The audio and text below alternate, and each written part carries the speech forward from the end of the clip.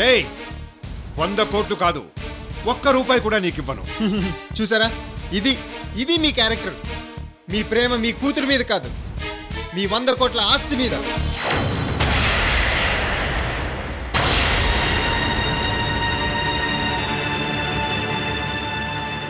మీరు డబ్బు గురించి ఆలోచిస్తున్నారు కానీ కూతురు సుఖం గురించి పట్టించుకోవడం లేదు.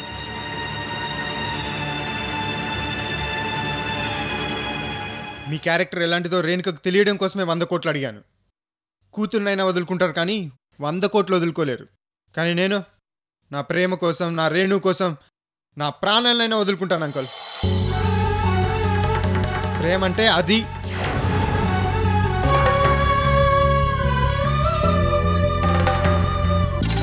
వామ్మో, వీడికింత టాకింగ్ పవర్ ఎక్కడి నుంచి వచ్చిందో. మీకున్న 100 కోట్లతో కష్టపడితే ఇంకో 200 కోట్లు సంపాదించవచ్చు. కానీ ఈ కోహినూర్ వజ్రాన్ని మీ అల్లుడుగా సంపాదించుకోలేరు. Good bye. తప్పుకో.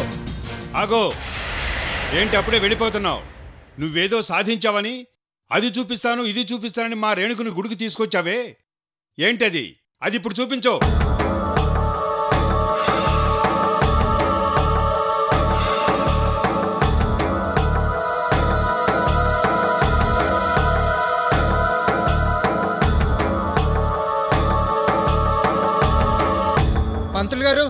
పంతులు గారు. వామ్మో, మళ్ళీ ఈ ట్విస్ట్ ఏంటి?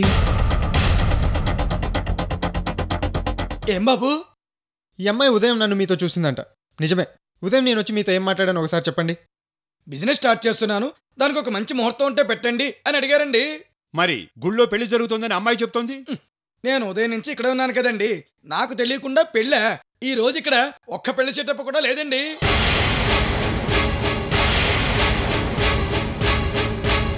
నన్ను నమ్మండి అయ్యా, అవతల మహానైవేద్యానికి టైం అవుతుంది, వస్తాను.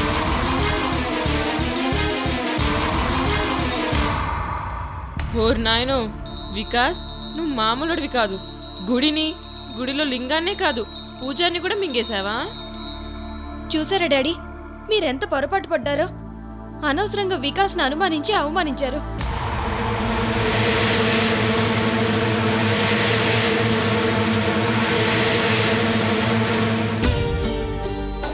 మీ రౌడీల చేతుల్లో ఎన్ని దెబ్బలు తిన్నా తను ఎందుకు మౌనంగా ఉన్నాడో తెలుసా? కేవలం నా మీద ఉన్న గౌరవం, ప్రేమ.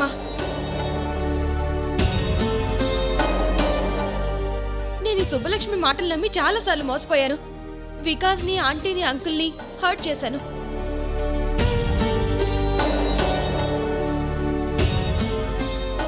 ఇవాళ మీరు కూడా తొందరపడి తప్పు చేశారు డాడీ. లేదమ్మా, నువ్వెన్ని చెప్పినా నేను వికాస్ని నమ్మను. నాకింకా కొన్ని అనుమానాలున్నాయి. అసలు నేను ఒంటరిగా తీసుకుని ఎందుకు బయలుదేరాడు? పైగా సెక్యూరిటీ లేకుండా ఎందుకు తీసుకొచ్చాడు?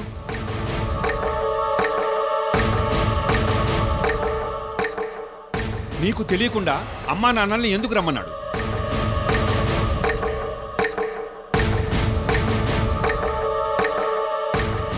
గుడికి వెళ్తున్నానన్న విషయం ముందు నీకెందుకు చెప్పలేదు? ఈ పూజారికి అబద్ధం చెప్పమని డబ్బులిచ్చాడేమో, ఎవరికి తెలుసు?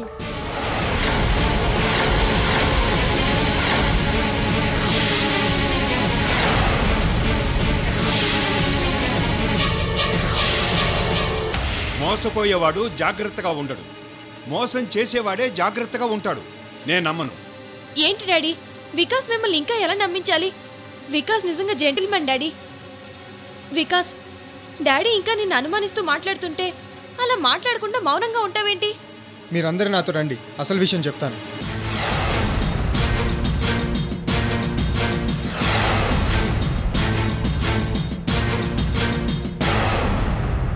ఏంటంకులు అలా చూస్తున్నారు? రండి. నేను మోసగాన్ని కాదనడానికి నా దగ్గర ఒకే ఒక ఆధారం ఉంది. రండి, చూపిస్తాను. ఓ వెయిట్. ఏ సుబ్బు, మూవ్. ఓయ్ ఇటు.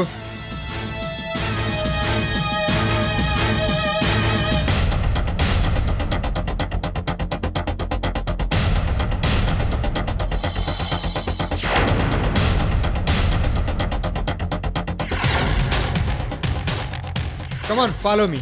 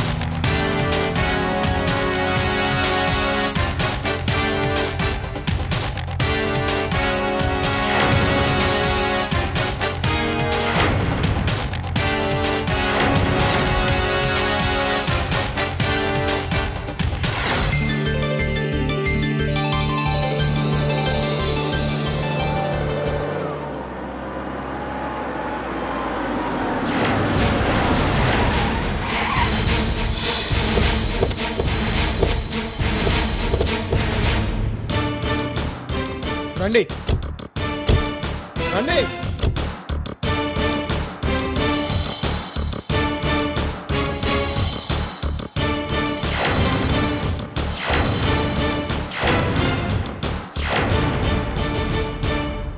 ఇదే అంకుల్ రేణుక పేరు మీద నేను స్టార్ట్ చేయబోయే మొబైల్ బిజినెస్.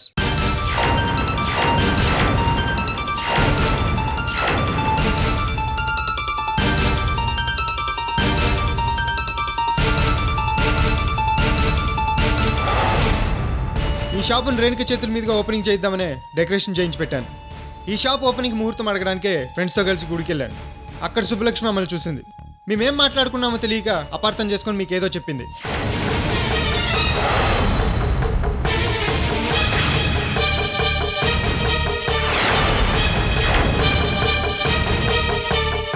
ఇక మా అమ్మ నాన్న గుడికి ఎందుకు వచ్చారని మీరు డౌట్ ఎక్స్ప్రెస్ చేశారు.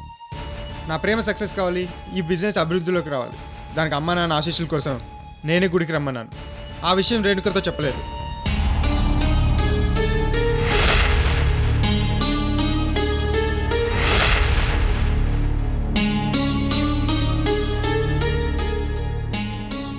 ఓపెనింగ్కి సంప్రదాయంగా చీర కట్టుకొని వస్తే బాగుంటుందని నేనే బలవంతంగా చీర కట్టుకోమన్నాను.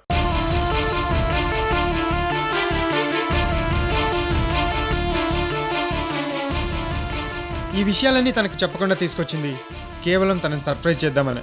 అందుకే ఒంటరిగా తీసుకొచ్చాను. మధ్యలో డిస్టర్బెన్స్ ఎందుకని సెక్యూరిటీని కూడా వద్దన్నాను. అంతేకాని దొంగ పెళ్లి చేసుకోవడానికి మాత్రం కాదు.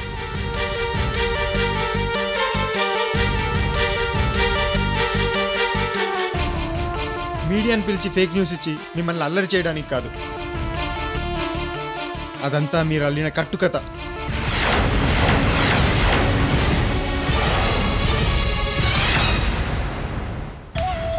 నాన్న వికాస్, నువ్వు చేసేది చెప్పవు, చెప్పింది చేయవు అని మళ్ళీ నిరూపించుకున్నావు కదరా. ఏమైనా గంగాధరానికి చెమటలు పట్టించావు. శభాష్. అమ్మయ్యా, రేణుక దృష్టిలో వీడు విలన్ అవుతాడనుకున్నా. మళ్ళీ హీరో అని నిరూపించుకున్నాడు. శభాష్ రా. గంగాధరం గారు ఏంటి అలా చూస్తున్నారు? అడగండి. Any doubts?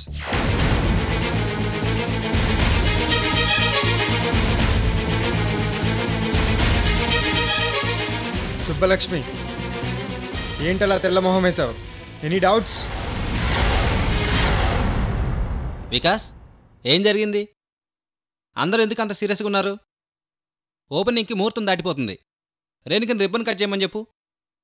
ఓపెనింగ్లు ఇప్పుడేం లేవురా, అంతా అయిపోయింది.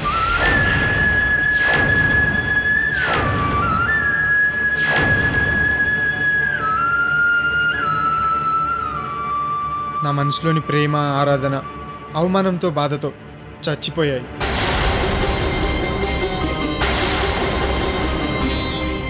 ప్రేమికులను విడదీయడానికి తల్లిదండ్రులు ఎంతటి దారుణానికైనా తెగిస్తారని నాకు ఇప్పుడే తెలిసింది. అంకుల్, మీ దగ్గర కోట్లున్నాయని, మీరు ఎంపీ అని మీ పిఏ భయపడవచ్చు, మీ ఇంటి కుక్క తోక ఆడించవచ్చు. కానీ నేను భయపడను. ఎందుకంటే నా దగ్గర నిజాయితీ ఉంది. రేణు కోసం ఏదైనా చేయగల దమ్ము ఉంది. మీ అమ్మాయిని మీకన్నా సంతోషపెట్టగల ప్రేమ ఉంది.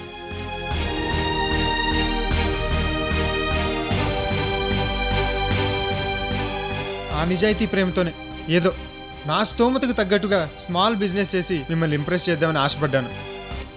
ఆ సంతోషాన్ని, సర్ప్రైజ్ని రేణుకి చూపిద్దామని ఆరాటపడ్డాను. రేణుక వెనుక 100 కోట్లు ఆస్తుండొచ్చు, కానీ అంతకంటే గొప్ప మనసు ఉంది. ఆ మనసు చూసే ప్రేమించాను, అంతేగాని ఆస్తి చూసి కాదు.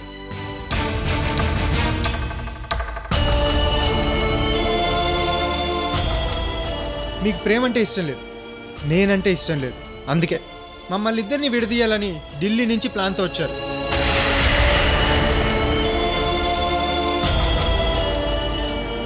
మీకంత శ్రమ అవసరం లేదు. రేణుకని నేను మర్చిపోతాను.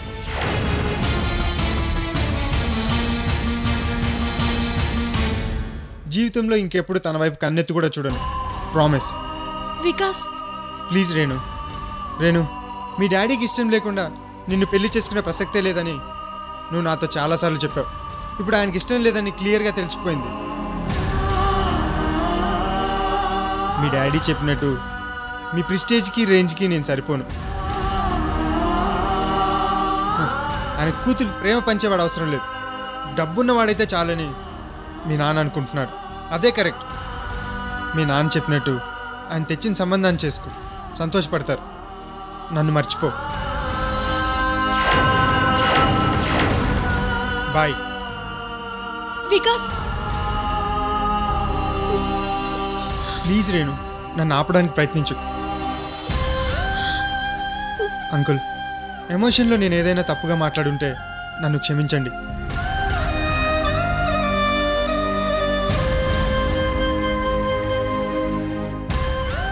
చూడమ్మా, చిన్నప్పటి నుంచి మా వాడు ఎప్పుడు ఎంత బాధపడటం మేము చూడలేదు.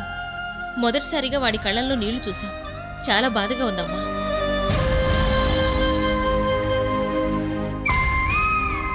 చూడండి సార్, ఇంతవరకు మా కుటుంబం పైన చిన్న మచ్చ కూడా లేదు. అలాంటిది ఈరోజు మా కుటుంబాన్ని మీరు చాలా దారుణంగా అవమానించారు. మా దగ్గర అంత డబ్బు లేకపోవచ్చు కానీ ఎదుటి వాళ్ళని అవమానించే జబ్బు మాత్రం లేదు. వదినా, మిమ్మల్ని ప్రేమించిన పాపానికి మా అన్నని ఇంత దారుణంగా అవమానిస్తారా? మీరు చేసిన చాలా తప్పు వదినా.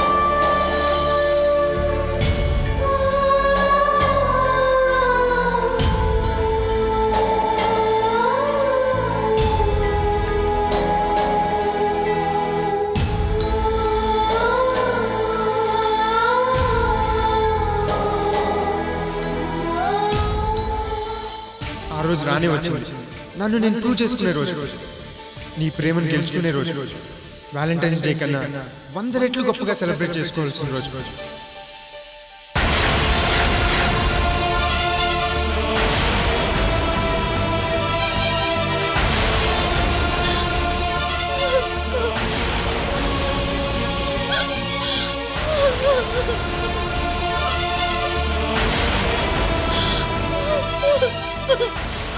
రేణు, రేణు, అమ్మా రేణు, లేమ్మా, లే అమ్మా రేణు.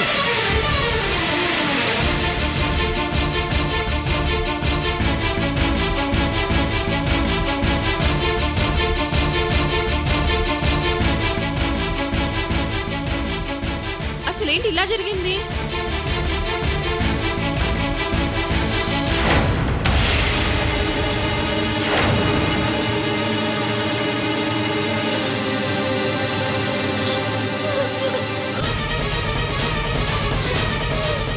రేణు, అమ్మా రేణు.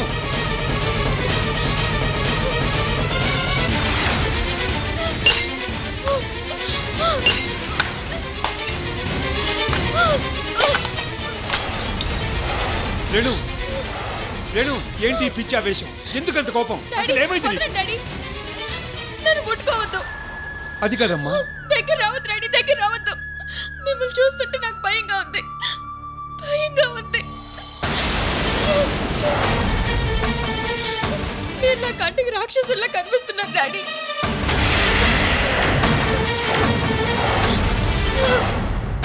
రేణు, ఏంటమ్మా? నేను నీ డాడీనమ్మా. కాదు, నో, మీరు నా డాడీ కాదు, మీరు నా డాడీ కాదు.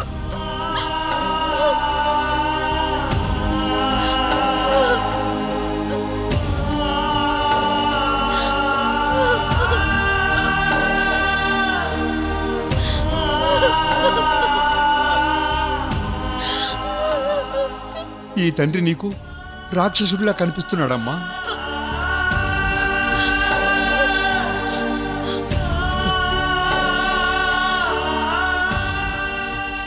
ఎందుకమ్మా నన్ను అపార్థం చేసుకుంటున్నావు? ఇంతేనా మీ డాడీ నువ్వు అర్థం చేసుకున్నది? నీకెలాంటి వాడు కావాలో నాకు తెలుసమ్మా. నీ సంతోషం కోసం నేను ఏదైనా చేస్తానని నీకు తెలుసు కదా. ఈ కోట్ల ఆస్తి, ఎంపీ పదవి, వీటన్నిటికంటే నీ మొహంలో కనిపించే చిన్న చిరునవ్వే నాకు గొప్పమ్మా. అలాంటిది నేను నీకు రాక్షసుడిలా కనిపిస్తున్నానా?